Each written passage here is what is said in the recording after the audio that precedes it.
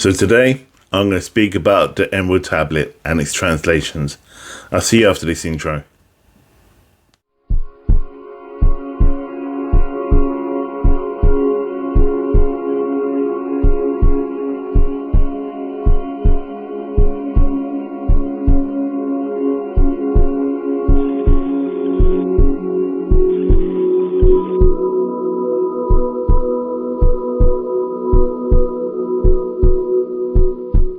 So, welcome back. It's good to see you again. My name's Em. I'm from Karnak Holistics, where we learn together and we grow together in the sight of God. So today, I want to speak about the Emerald Tablet, and I want to speak about the specifics of its translations, where it appeared from, who has links with it, why it's so relevant today, and what its links is with the law of attraction. It's taken from a book, which the book is called The Source, which is based on the translations of the Emerald Tablet, i.e. then equals onto the law of attraction. Now, so what is the Emerald Tablet? The Emerald Tablet is a tablet, basically, a green tablet. You can see it up here, which is a translation, kind of like a commandments on how to live, and how you should go about, and how you can grow from being from one position in your life to transcend into live a full and rich life. It is said to appear in the 8th century. The creator of the actual tablet is accredited to Thoth, or Thoth, who was an ancient god of Egypt, or he was a pharaoh. He was one and the same. He's believed to be the one who started hieroglyphics, and also was one of the ruling kings in Egypt, and started one of the main lines of dynasties of Egypt. That's why they look to him for guidance. He's the guy with the scribe, as you can see up here. Also with Thoth is the one who sits, or at the day of judgment, when you go on to the other side, or the pharaohs or any Egyptians go on to the other side, they get weighed up along with Anubis, who is a gatekeeper, whether you can move on into the other side of life. So it is believed, so roughly around 8th century AD, Hermes, which his name is at the bottom here, was a alchemist. He found the Emerald Tablets, or he was given the codes of the Emerald Tablet translated from Thoth to Hermes. Now, Hermes was based in Egypt at the time, and he was going along with the Alexandria rulers, and he was a great mystic and also a great alchemist, as I mentioned before. So when Hermes first started speaking about the Emerald Tablet and the links and how you could become great using the Emerald Tablets, and it was really revolutionary. It wasn't ever thought of that way before. So then, over a period of time, today, I'm going to speak about the translation of the actual Emerald Tablet by Isaac Newton, who is actually British, and he was also the father of maths, who is also a royal astrologer, and he was also a Egyptologist. So he spent a hell of a lot of time in Egypt, and he was fascinated by the occult. So what is the importance of Isaac Newton and the law of attraction and the Emerald Tablets? Now, the law of attraction is taken from the Emerald Tablets. And as I go on, I go through the 14 points of the Emerald Tablets. I would be translating them after I read them out, and I began line by line giving examples and reasons and how that links in. And the other thing, how you can also apply it to you and your own life. Now, remember, this is written in a time of, or the translation was done at the time of Isaac Newton. So the way it's written is going to be a bit strange to most people, but I will try my best to translate it so it's understandable. So the best thing is, let's just crack on with it. So I'm going to just read this translation, and then I'll do the translation into layman terms, so to speak. So it is true without laying, certain things must be true.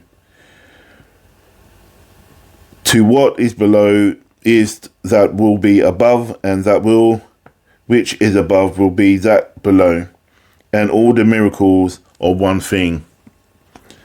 And all things that have been and arose from one by the meditation of one. So all things that have the birth from one thing will be adaptation. The sun is the father, the moon is the mother.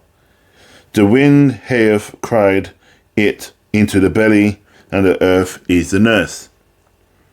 The Father is perfection, and the whole world is here. It's force from the power of the entire, it is converted into earth. The separate is thou on earth from the fire, and the subdued from the gross sweat and the great industry. It is ascended from the earth and from the heaven, and again it is descended to the earth, and receives the force of all superior inferior. By the means that shall have the glory for the whole world, and thy is observed shall fly from you. It is a force above all force, and vanishes every subdued thing, and perpetuates every solid thing. So it was the world created from this are, and do admire adaptations, whereby all means or processes is here for this. Hence I am Hermes, having the three parts of philosophy and the whole world, to which I have the operation of the sun is accomplished, and the end. So I know it's very hard to understand, and also very hard to try and get your head around it.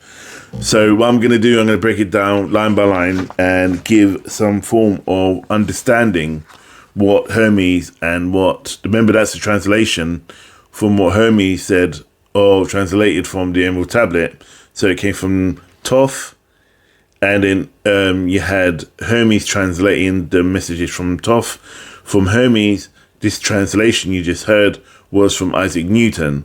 So it's like 3 generations, more or less. So I'm going to crack on, and then I'm going to read each line, and then I'm going to just break it down and talk a bit. So the first one is, "'Tis is true without laying certain things most be true." I'll read a bit from my book, and I'll do an extract from my book, and then I'll drill down a bit more into it. "You must know what you see inside your mind is the substance of fact, and it's not your mind playing tricks. You are the cause to changes throughout us, and on a weekly, daily, and monthly basis. It has the prolonged need for something to that desire, and you can achieve a great understanding and bring this into effect." So basically what I was saying in depth, and I'll break that down, but there's a lot more I've written, says that when you see something or you want to achieve anything, and there is a fakeness to certain things you want to achieve. So if you see something and it's a reoccurring event or something that you long for, and it's reoccurring, and you long for it, it's not your mind playing tricks on you. It's something you want to achieve, or you want to go on and to capture or bring into your life. So when you, for example, if you want to get a particular job and you've always longed to do this job, but you don't think you have the ability to do this role, it's your journey to find the specifics, training, experience in order to achieve that goal. If that goal or that person or that job or that thing is put in your heart, you may you must look at where it's come from. As long as it doesn't harm anyone or harm yourself, then it's God that's given it to you. Now, a lot of people turn around, and this is where you get the whole idea. People say that God's put it in their mind, so they went for it and it caused harm to people, i.e., that they may have hurt somebody by shooting somebody, or they may have gone and cheated on somebody.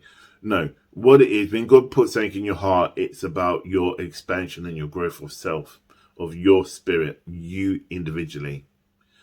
And it's easy to place blame on others. Remember, you need to own this. You need to own your journey.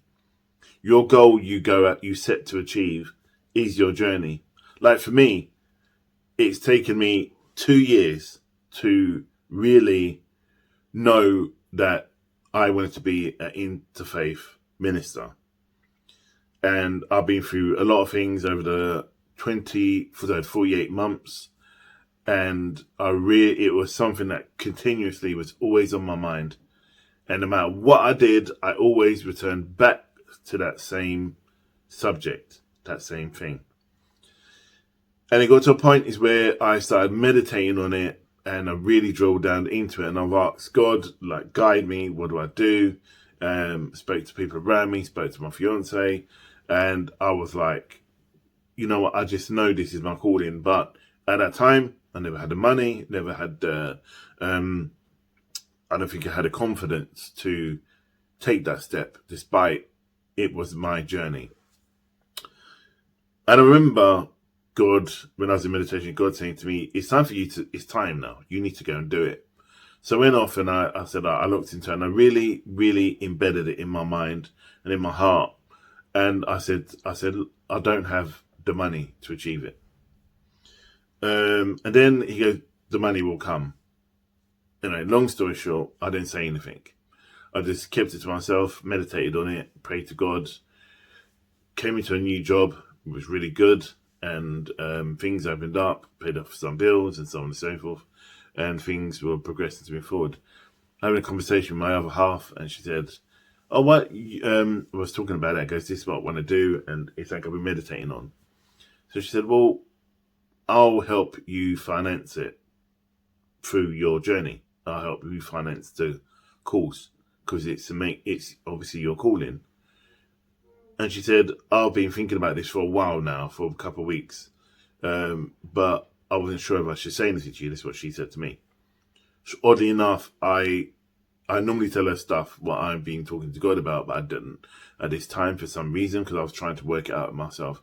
And the sense of irony is that sometimes God keeps things to you for a purpose, to glorify himself and to glorify you, that this is him speaking to you. And in this case, where I said it wasn't my mind playing tricks on me, but I said here, it's me overcoming any blocks that I may have had and me moving forward. So now I'm along that journey. The same thing if you want to go and you want to be a musician, or you want to go on and you want to go and start your own business. There will be a way, there will be something, as long as you engage your heart, mind, and soul into it. And I don't mean you go and give up your job, right? This is not what I'm saying, because that'd be ridiculous. Remember, it's expansion of you. So it's you really being open and honest with yourself. And once you're open and honest with you, it will come. And as you evolve, you will find that the actions, the emotions will just appear. The money will come, the times will come, the course will come, the people will come. This is God's universe. It belongs to him. You belong to him. So for you to do what you need to do to be happy, it's only going to glorify him.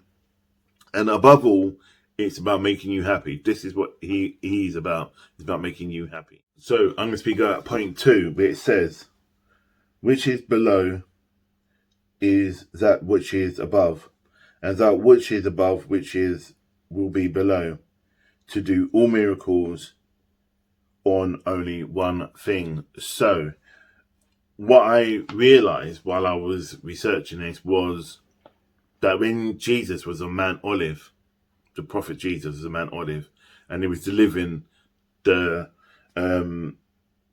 Lord's Prayer, he said the following: Our Father who art in heaven, hallowed be thy name. Thy kingdom come, thy will be done on earth that is in heaven. There you go. It's exactly, Jesus was reciting a part of the Emerald Tablet. There he was saying, what is above, our Father, hello, our Father, who art in heaven, you are in heaven. Hallowed be thy name. So blessing on your name. Thy kingdom come, his kingdom will come. Thy will be done, it will be done, because God promises it. As it is in heaven, thy will be done on earth as it is in heaven. So as it is in heaven will be on earth. And that means miracles. And I'm not saying the thrones or anything's going to come out of the sky. What I'm saying is that God's miracles will appear on this planet. So what he's saying is that what you do, what you specifically want, is when you say the prayer, it's almost like Jesus and the Emerald Tablet were both telling people, telling people just don't seem to get it. He was saying, ask. That simple word, ask. If you ask, you will get what you need. And it's not about taking.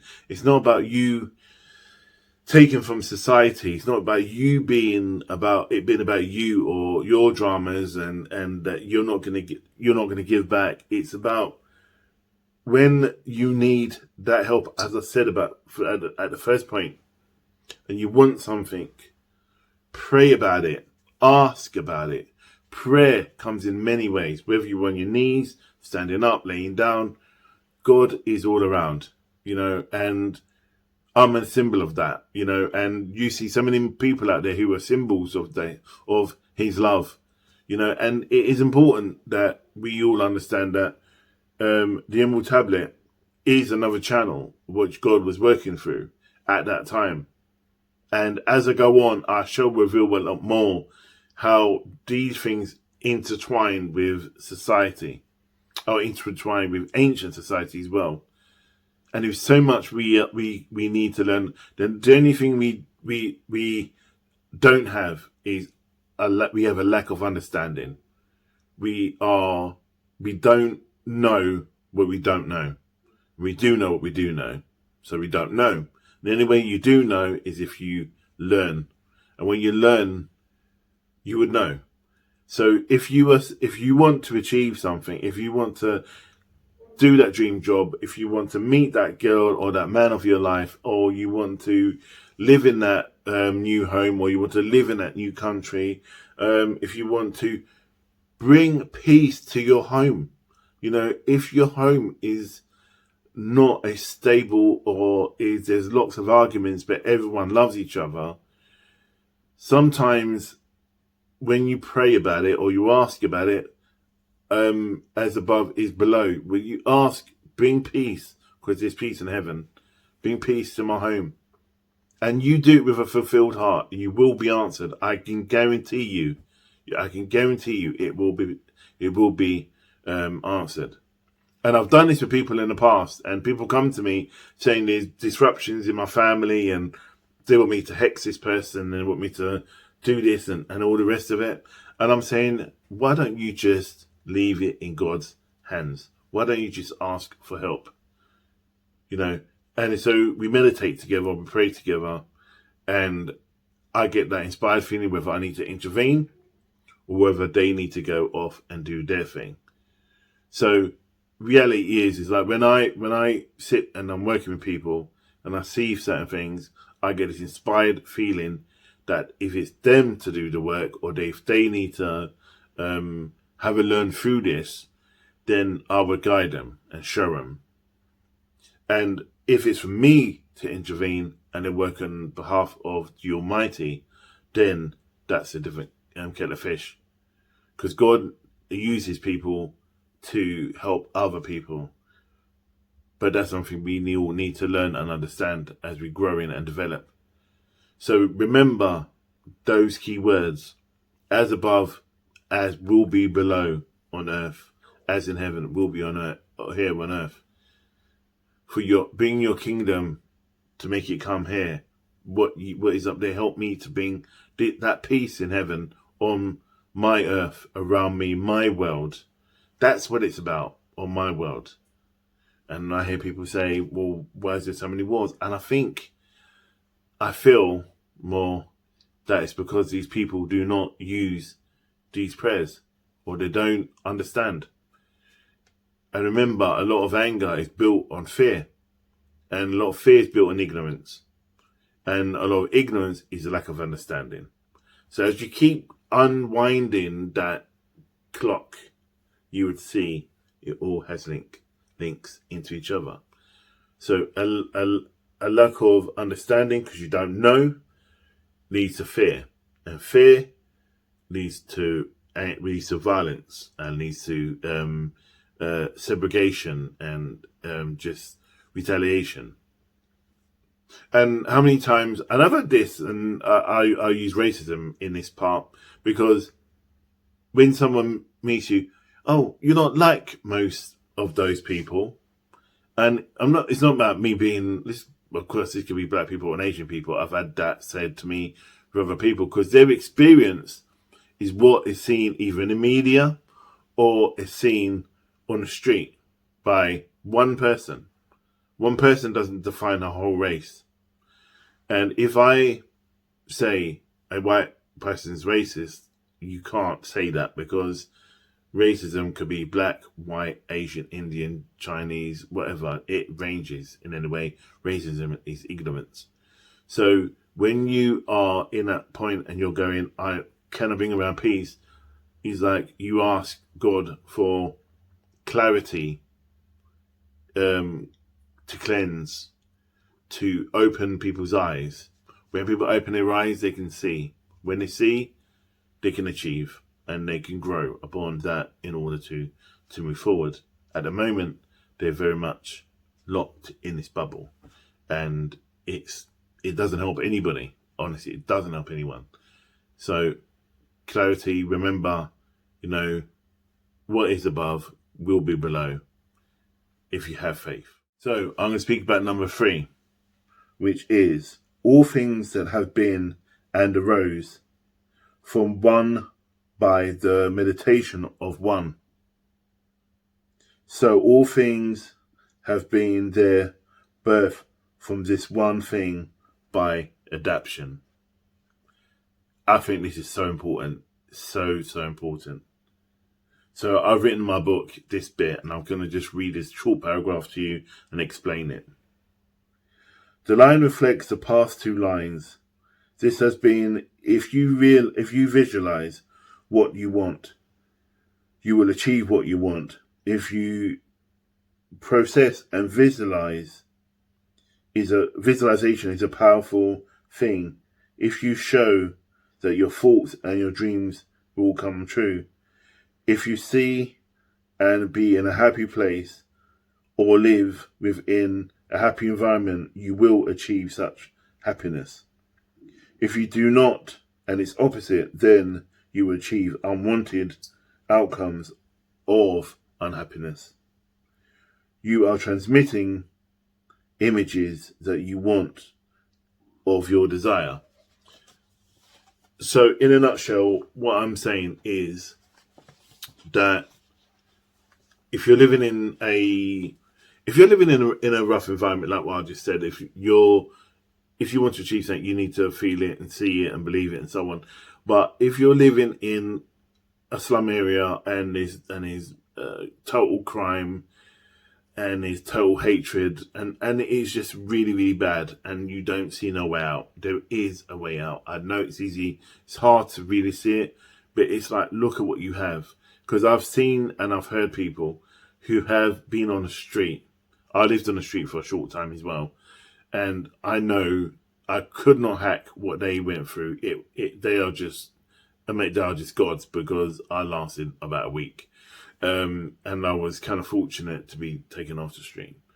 But these people who have nothing, but then find a hostel, find an organization then they find a care worker or a key worker or somebody, and then it gives them opportunity to get out of it. And then you can be given all these things and still fail because you're not ready. So the important thing is you need to be ready.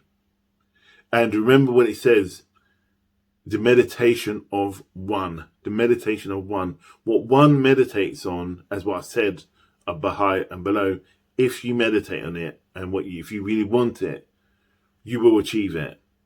And that's a fact. And it's not that you just meditate and you go, okay, well, and you don't have to do anything. What may happen is this is going from, now we're going into the realm of the law of attraction. Yeah, see, believe, and receive. So if you can't just see, believe, and then receive it just like that. You can't just be in your home, at home in your bedroom or by your desk and go, okay, I want to win £1 million, or I want to find a person of my dreams.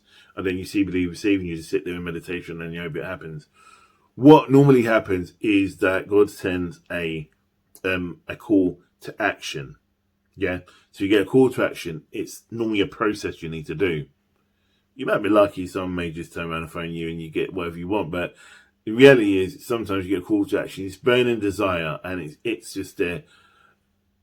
And it's down to you to activate that.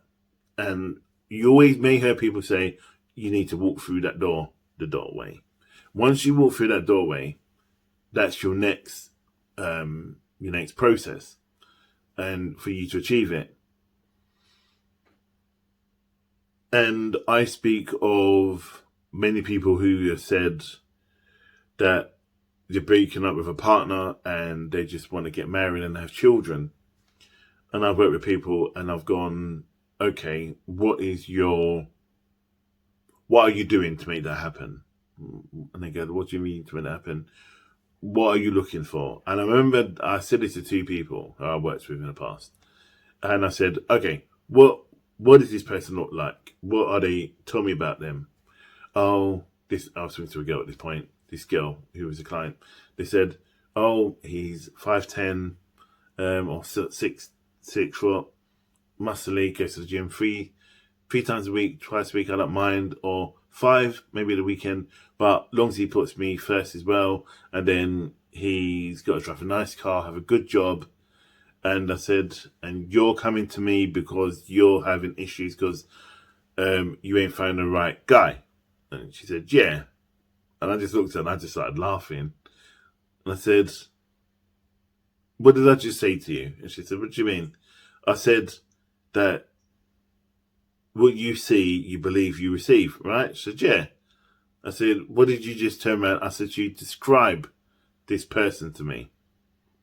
So she goes, yeah, I did describe him. I said, describe this person to me. Yeah, I did describe this person. I go, see, that's what I'm saying. That where your mind's at, your heart isn't at. When I say describe the person, the personality. If I said to you, tell me what they look like, and then then you tell me the looks, but your mindset is stuck in manifesting that look. Do you see what I'm saying? And I go, you could argue and say, why didn't I say, tell me about their personality?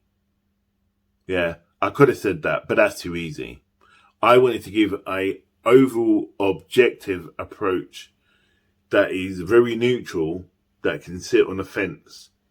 And that person's response to that could be evil or la. Now, I've said the same thing to somebody else as well. Yeah, and it was a guy. And I said, so tell me about the person.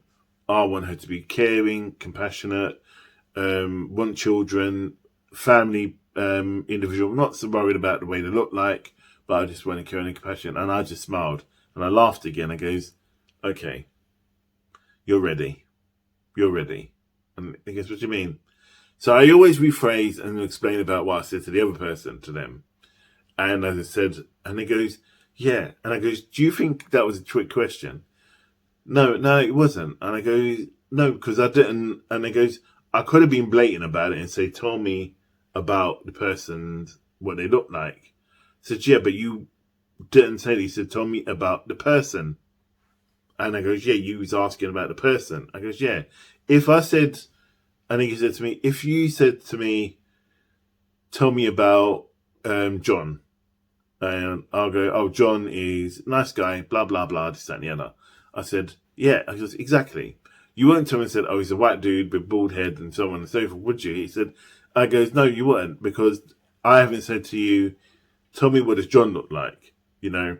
So when I said, tell me about the person, it's our mind state. It's what we were created with. Not actually, tell a lie. It's what's been drilled into us as we grow up. And we're very,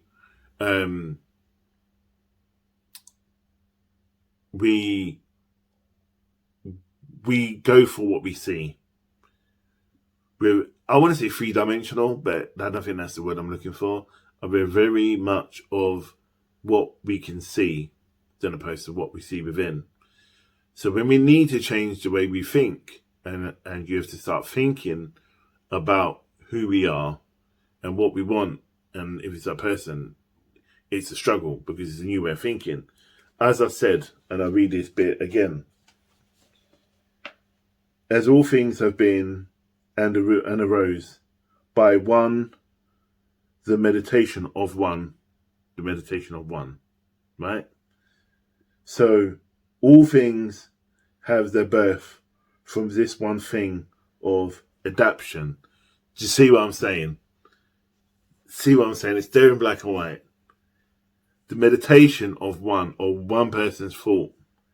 So all things from their birth will be arisen by one thing to their adaptation. So things would adapt in order to happen. And I just think that's so powerful and so poignant and so beautiful. It just tells you exactly what that is about. So this is point 4. The sun is the father and the mother is the moon. So this is going to be short and brief. The father is the sun, brings life and giving energy, and it restores any illnesses. It gives you vitamin D. It helps the plants to grow. It enriches, and the sun, all the plants and all the animals all pay homage to the sun, the father. The moon is a bit more shady. When you're at home and you see the moon is shining its light through, though it still looks beautiful because it's a beautiful creation, you're feeling the reflections could be kind of demonic or scary.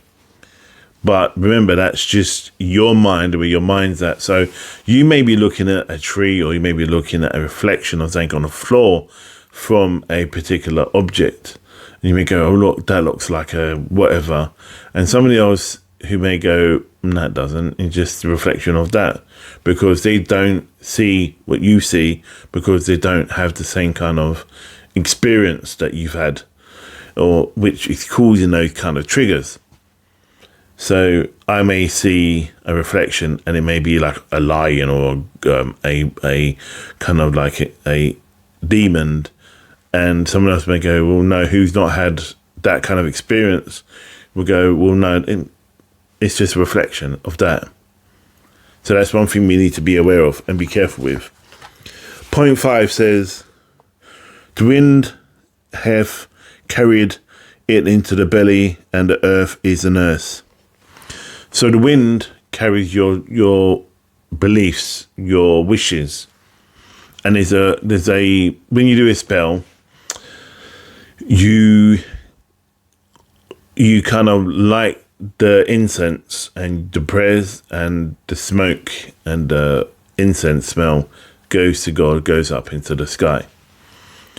When you want to burn something, or you make a wish and you write it down on a parchment and you burn the parchment, you burn it and the ashes or the smoke goes up as well. The earth is the nurse. So if you want something to grow, and I do this as well because I do a lot of earth magic. So I use a lot of I'll write my spells and my wishes and my wants and my hopes and my dreams on a piece of paper and plant it into a plant and let it grow. I've got one willow tree which has people's prayers on, and as the plant grows, it grows. As the plant grows, I should say, the spell grows. And it has some magical things happen with that. And also I get people to write on a ribbon and they tie it to the tree. But I'll do a video based upon that another time, because that is really awesome for you to work with, especially when they do kind of spell magic using earth magic, which is earth. So the number 6 says, the father of all protection is the whole world is here. And I wrote, there is no limit overall for the creator of all that is. We are forever feeding from the source. I'll give you an example of us. The source is a relation to a spider. The spider is the source and we are the hairs on that particular spider. The only difference between us is the only difference of the hairs on a spider. We do not die. Our soul goes on and on. The hairs on a spider die one by one and is replaced with new hairs, but we don't die. The hairs on the spider is vital element of the spider. So as you sense great things and danger, we can see the source sends us our senses. So basically, like the spider's hairs grow and then die, and the spider is God, and the spider's hairs on it dies. But we are the spider on God, or on the source. We are attached to the source, but we don't die. So the source sees things and makes us aware, and we tingle when we sense it and we see it, like the hairs on the back of a spider. And the spider therefore makes the necessary changes in order to keep that hair, to keep themselves safe and that hair safe, because it's a part of the spider as being a part of the source. I hope that's kind of makes sense. Number 7 says, it's a force and the power is the entire, if you convert it into earth, separate thou on earth from fire, and subdued from the gross as sweetly with the great industry. So basically, earth is the living body, is a living element, and we are part of that earth. We are, if we commit ourselves to the earth and commit ourselves to the source, we will be provided for. And as a fire spreads throughout the earth, it burns away the necessary or the unnecessary stuff that we don't need. And the earth replaces itself, like you see the big bushfires in these remote countries, and the fires get burned away, or the fire burns these trees, but the trees either survive or they regrow through it. Sometimes, areas get destroyed, but the vegetation is still strong, even though there's been carnage above it. It carries on growing and thriving.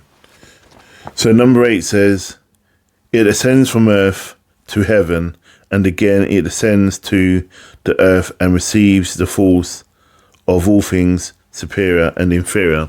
So basically, when we live and we die, it means that what we want and what we want to be, we goes up there. We can, as we go on in life and we come back and we live and we don't live and we pass away and we come back as somebody else, reincarnation, we continue to grow and we continue along life's journey. But within this journey that you're doing now, that energy can make you superior, because what you ask for up there will materialize down there, no matter how small or how big that particular situation or thing that you're hoping to strive to achieve is. So it says, like, the source is all knowing and will bring down from a high, and the present and in his present state, the walk through earth will find that these are low or in need. The source will then return back to the place of origin and make things happen. So again, he will come and go to earth to visit each of these different people that is around him. This is what his energy is, and it is about him becoming self-aware of God's own existence. So as we become self-aware, God becomes some more self-aware and is growing, because we are, as I said, that spider on that back, and we grow and get stronger. He grows and gets stronger. But if we walk away, it will just go elsewhere and then grow elsewhere, if that makes sense. So he'll move on to someone else. But he's only there to make you strong and help you to move forward, and not, it's only you can start it. Many called, but the chosen are few. So if you're chosen, please do strive forward. Number 9 says, by this time you shall have the glory and the whole world, and thereby all obscurity will fly from you. So by this time you've gone through the process and you've put out there and you've done all your meditation, your development, and you've gone through the process, and you've done see, believe, receive, and you've done necessary training. You become enlightened. It's like you become enlightened. I think that's exactly what they're trying to say here. You then become enlightened. So point 11 says, so this was the world created. So basically, all what you've done, what I'm just speaking to you from all the other 10 to 11 points, is how this world was created and how it was developed, and how it manifests. It doesn't just happen by circumstance, it happens by happenstance. And until we make that change and we start developing ourselves and looking at what it is that we do want, not that what people are telling us what we want, we would just continue to be going round and round and round on that rat wheel. We need to come off that rat wheel and find out what it is that we want out of our own life. So point 12. From this you are, and do you admire adaptations wherewith means and process, here it is. So let me read that again and make it a bit more clearer. From this are, and you would admire adaptations wherewith the means or processes, here in this. So you will now be aware of the means, the actions, and the format, the process, the actions, if I said that already, then the results. After you've gone through all these points, you're almost there. You're out of the end of the rat race. At the end of your race or your growth, you are growing. You are becoming more and more enlightened. You're becoming more self-aware. This is what that's talking about. It's about now you should be enlightened. You should be able to recognize when something's not going right, or when somebody's not right. You should be recognizing when you're not right, or when you're in a situation that is not right. All these things are key to your overall expansion and growth. So 13 says, hence I am called Hermes, having the 3 parts of my philosophy of the whole world. So basically, he speaks about traditions, and he's just saying to you that this is his dedication about his growth and your growth if you follow the way the Emerald Tablets is telling you. And finally, number 14, to which I have said of all operations of the sun is accomplished by the end. So basically, at the end, finally, things will happen because you've gone through this journey and you've asked God for his blessing, his guidance, his understanding to grow, to move forward, to find a true you. And this is so key, and why I wanted this, it's right at the beginning of the whole series, and this is titled number 1, chapter 1, because for you to really understand what the journey of the source is about, you need to understand the things of this particular video that I'm been talking about. And as you go on, you go, okay, I get it, a drift of it. Then as you're going through the different ones, law of belief, law of causality, law of self, all these things would make sense. And then your other laws that are out there, these natural laws, will make sense if you see the foundations. You need to learn to understand the foundations of these laws. Once you've learned the foundational law, you will easily understand the processes or the other laws that are entwined out of that tree. So I hope this helped, and I'm going to carry on doing the rest of the video, so I should be doing other videos shortly. So like, share and subscribe and pass on as always, and I'll see you in the next video. Stay safe, stay blessed, and namaste.